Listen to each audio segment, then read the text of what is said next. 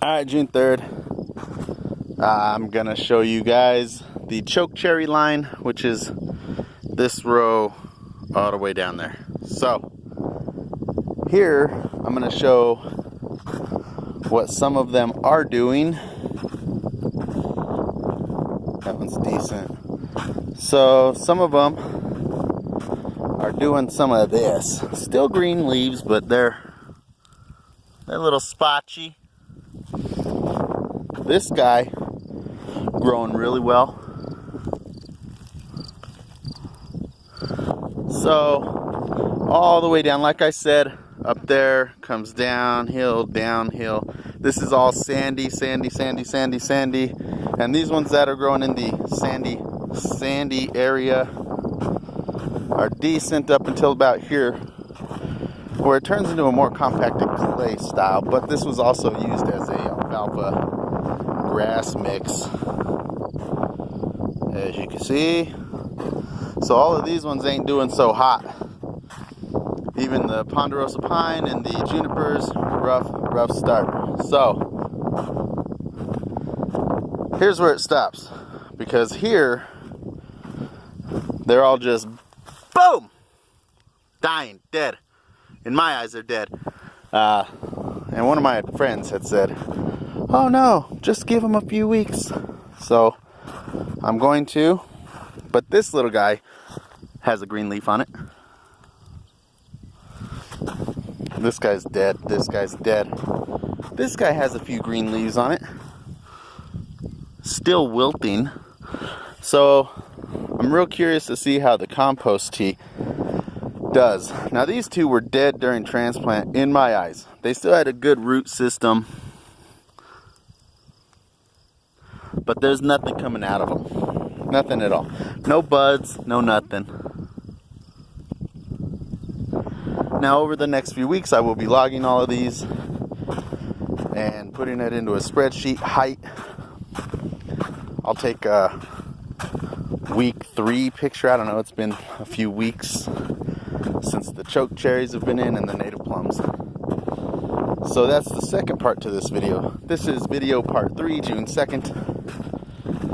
And I wanted to show you guys the native plums. They are taking off. But here's the experiment. I have a native plum that only had a small little bud on it last week. We've got a couple sprinkles.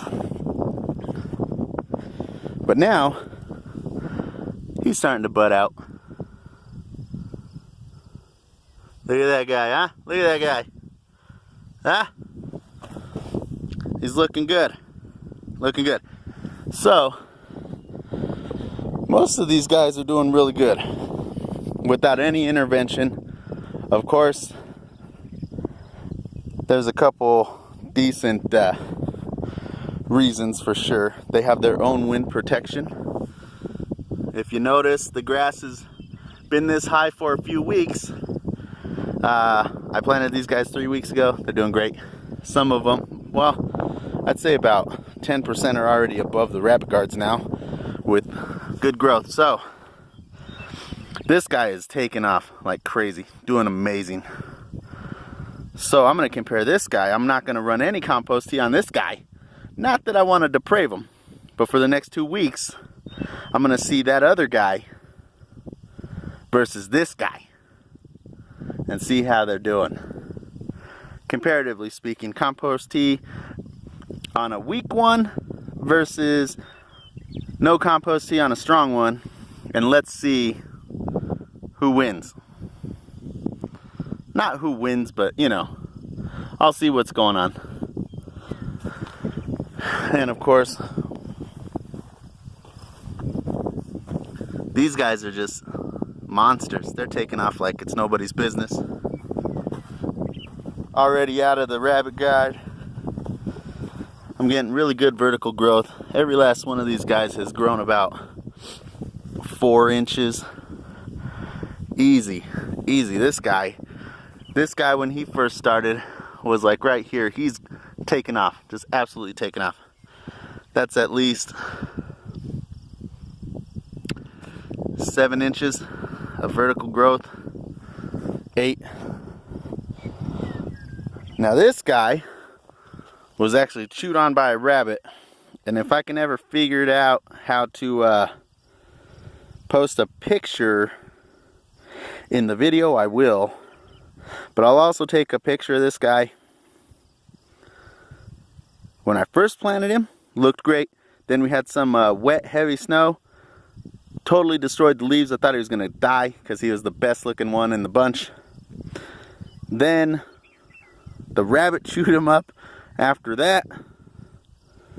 And he wasn't looking so hot. I thought he was going downhill. But this guy taking off like a champion. All these native plums are doing really good out here. So we'll see how they all go.